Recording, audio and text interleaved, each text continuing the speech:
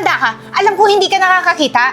Pero dapat, ginagamit mo yung utak mo. Di ba? Pinalabhan ko tong damit ko sa'yo. Ang sabi ko, hindi ito puti. Pero ang ginawa mo, nilagyan mo ng Zonrox. Hindi ko kasi alam na decolor yan. Dapat sinasabi mo rin sa akin dahil hindi ko naman nga yan nakikita. Bingi ka ba, ha? Pag nagpapalaba kayo, ihiwalay niyo yung puti sa decolor kasi nga hindi ko naman yung kita. Alam mo, hindi ka lang pala tanga. Bingi ka rin. Kakasabi ko lang, di ba? Ang sinabi ko, itong damit na to, hindi ito puti. Pero ang ginawa mo, ha? Ang mahal-mahal nito.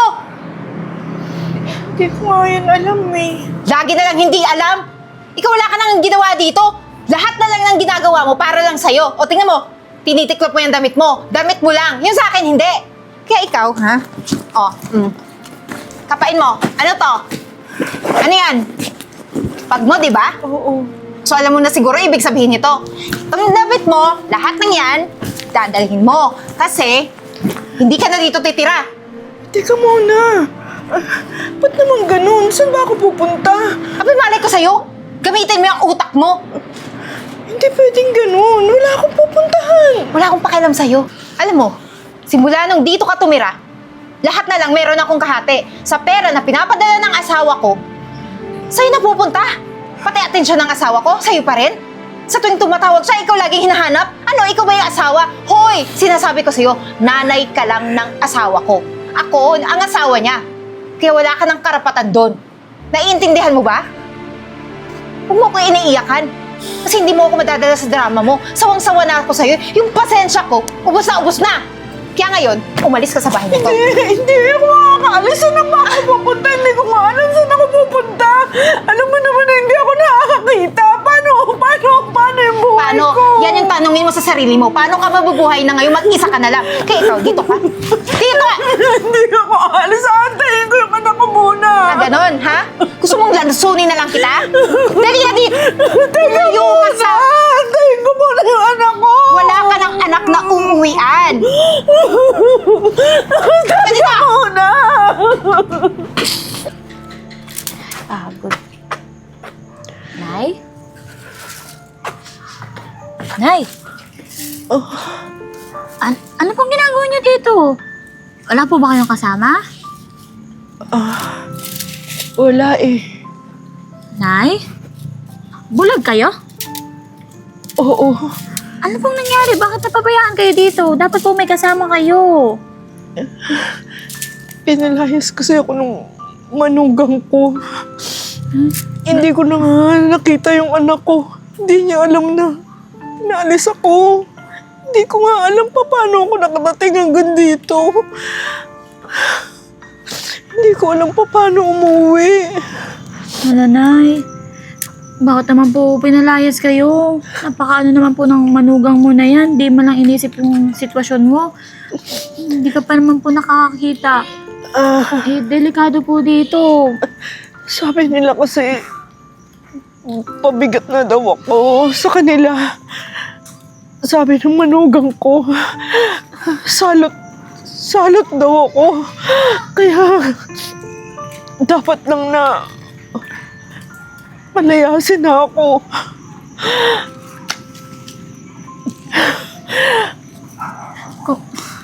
Ano ba yan?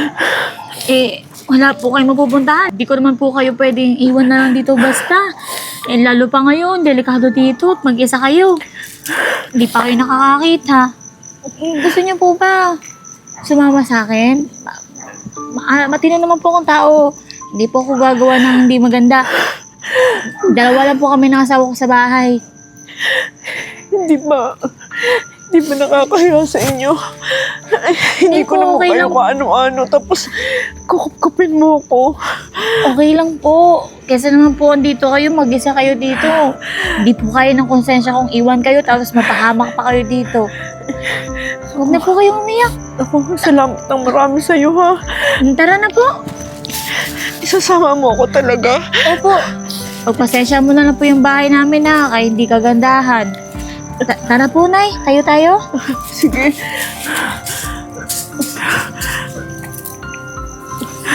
Tara po, dito po. Dito po daan. Mahal!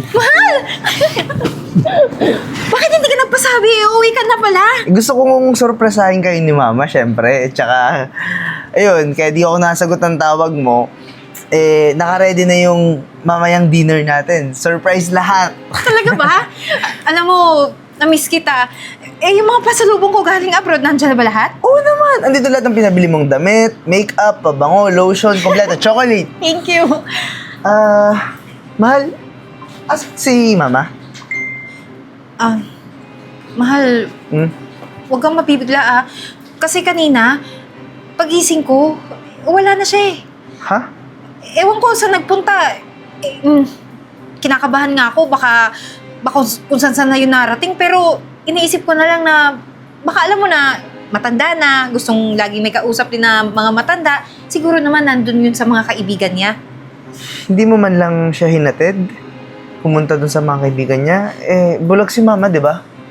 Kaya nga sabi ko, di ba, pagising ko wala na siya. Malay ko ba na gusto niyong umalis na mag-isa?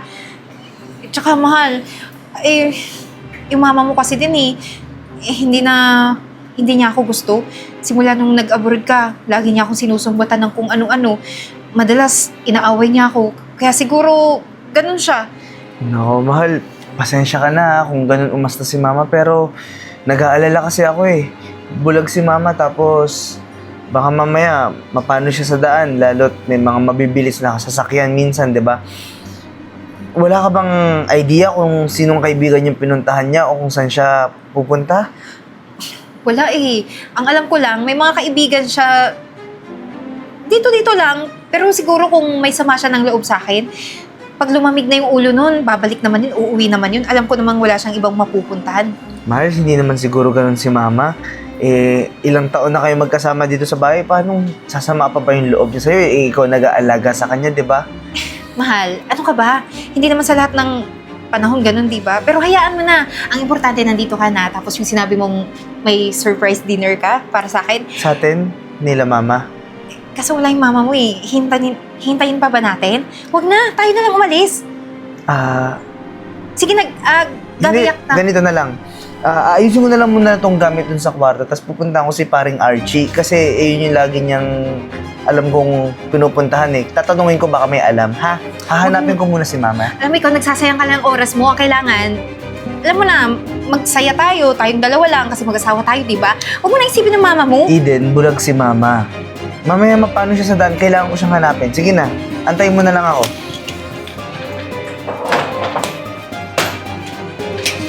Kakain tayo sa labas, ha? Oo, pero okay lang kayo sa karinderya, ha? Kahit saan naman, basta kasama ko kayong dalawa. Ma? Ma? Ay, wait lang po. Teka lang po, Renz? Ma? Ako to.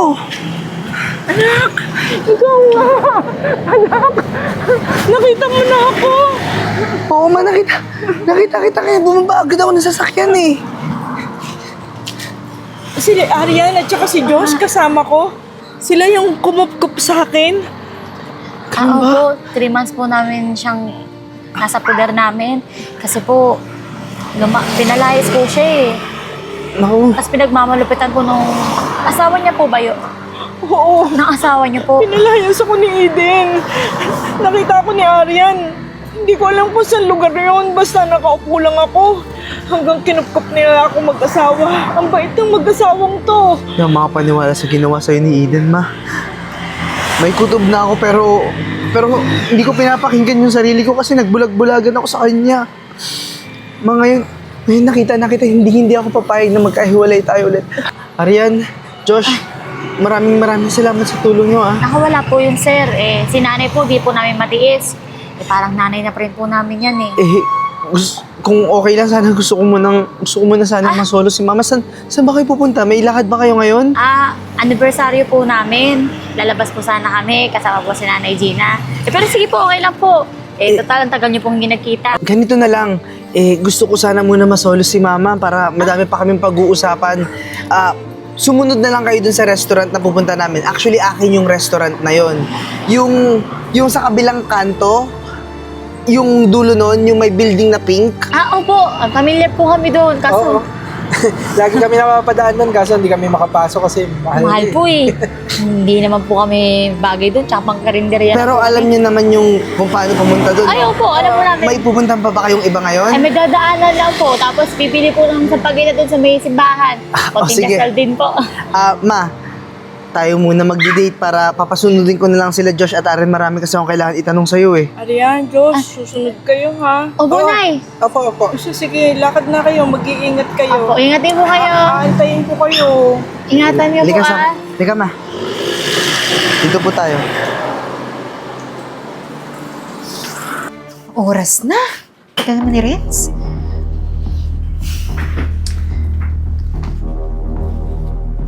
Dito po ma. Dahan-dahan ha, dahan-dahan. Okay. Renz! Teka lang, bakit kasama yung mama mo? Di ba magdi-date tayo? Isa pa, lumayas na yan sa bahay kasi gusto niya mapag-isa na. Ayaw niya nang makisama dun sa bahay. Seryoso ka ba? Ako? Hindi seryoso? Asawa mo ko. Sabihin mo sa akin yung totoo. Ang totoo, ayaw ng mama mo dun sa bahay kasi nabibigatan na siya. Ayaw niya sa akin, Renz. Ano ma? Hindi, totoo lahat ng sinabi mo. Ano Diba? hindi? Diba galit ka nga sa akin? Alam mo ba ang ginagawa sa akin yan? Minsan nga hindi niya na ako pinapakain. Araw-gabi niyang sinusumbat sa akin na pabigat ako sa inyo. Renz, bakit hindi ako magagalit sa nanay mo? Eh, laging ganyan yung mga sinasabi niya sa Ang akin. kapal na mukha mo, Eden! Ako makapal yung mukha ko? Renz, Paano nagawa sa akin to, Eden?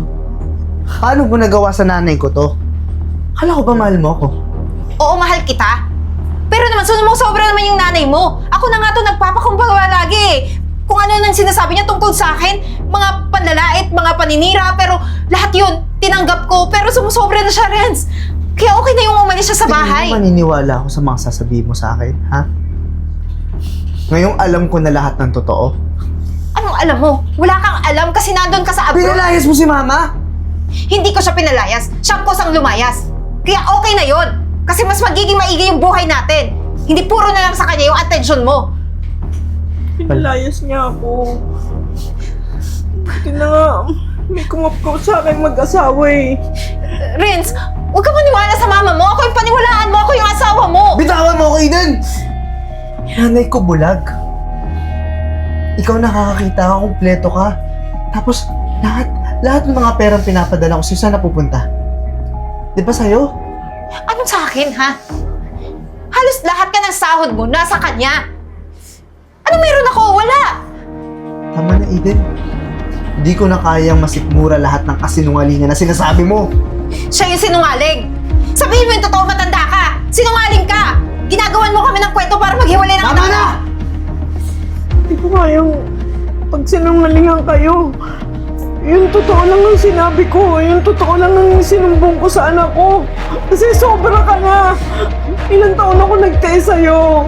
Kasi alam ko na nga matanda ako. Wala akong silbi. Pero Mabuti na hindi lang. naman dapat ganun. Mabuti na lang may taong nakakita kay Mama tumulong. Pero ngayon, Eden, maaatim ko na mawalan ng asawa kaysa mawalan ng ina. Kaya umalis ka na. Renz, parang awa mo na. Mahawa ka sa akin. Saan ako pupunta? Wala akong ibang pupuntahan, di ba? Umalis ka na!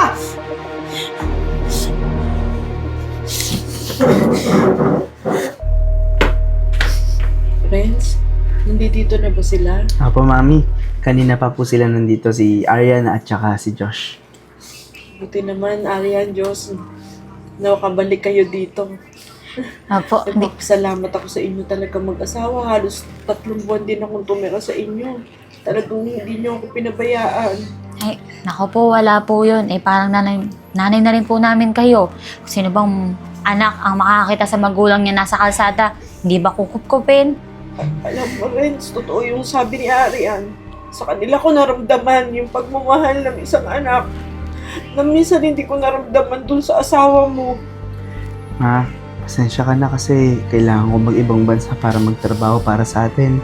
Pero hindi na po ako aalis. Aalagaan ko po kayo. Tsaka Arian, Josh, maraming salamat din sa tulong nyo, ha. Kasi tulad ng sinabi ni Mama, naramdaman niya yung totoong pagmamahal mula sa inyo tsaka sa tulong niyo. Alam mo, kapatid, tama yan sinabi mo. Pwede mo nang gawin yung trabaho mo dito. Huwag mo nang iwan yung mama mo. Basta ako sa inyong mag-asawa, kahit nandito na ako sa tunay kong anak, papasyalan niyo ako dito, ha? Ay, opo. Mamimiss ko kayong dalawa. Lagi po namin kayo dadalawin. Kaya po ikaw, Sir Renz, huwag mong papabayaan yung nanay mo, ha? Huwag mo na hayaang maalis ng paningin yan sa'yo. Kasi ang magulang, isa lang yan. Kami Yung nga yung, asawa, napapalitan yan. Pwedeng palitan anytime. kami nga yung mas nalulungkot eh. Pakiramdam namin, nawalan kami ng nanay kasi nandiyan ka na. Ganito na lang kaya, anak. Total naman, gusto ko rin sila nandito. Bago naman tong resto mo, kunin mo na lang kaya sila. Wala silang maayos na trabaho ang dalawa. Ay naku, ayos lang po yun, Nanay Gina. Kahit ano Hindi po. naman po kami humingi ng kapalit. Renz, Ma, bago mo pa sabihin yan, naisip ko na po yan. Josh, Aryan, actually, yun yung sasabihin ko sa inyo. Gusto ko kayo yung mag-manage nitong restaurant. Tulungan niyo ako kasi Ay, pang-apat ko na yata na branch to. ay naku And po. kailangan ko ng mga trustworthy na tao. Kayo yun. Mapagkakatiwalaan. Ariang, Josh, natutuwa ako para sa inyo. Dito na kayo, sama-sama tayo dito. Malaking bagay po to sa amin. Huwag po kayo mag-alala. Sasuportahan po namin kayo sa abot na kayo makakaya. Salamat ha. Malaki kasi ng utang na loob ko sa mag-asawang yan. Oo, Mami. Alam mo, hindi ko rin sila pababayaan tulad ng pagmamahal ko sa inyo. Kaya, gusto nyo mag-celebrate tayo ngayong araw. Papaluto ako ng pinakamasarap. Sige. Ako, ngayon lang kami makakakain sa ganitong klaseng restaurant. Salamat po, sir. Tsaka yung opportunity na binigay nyo, hindi po namin sasayangin yun. Salamat po. Salamat din. So, antayin lang natin yung pagkain, ha? Waiter!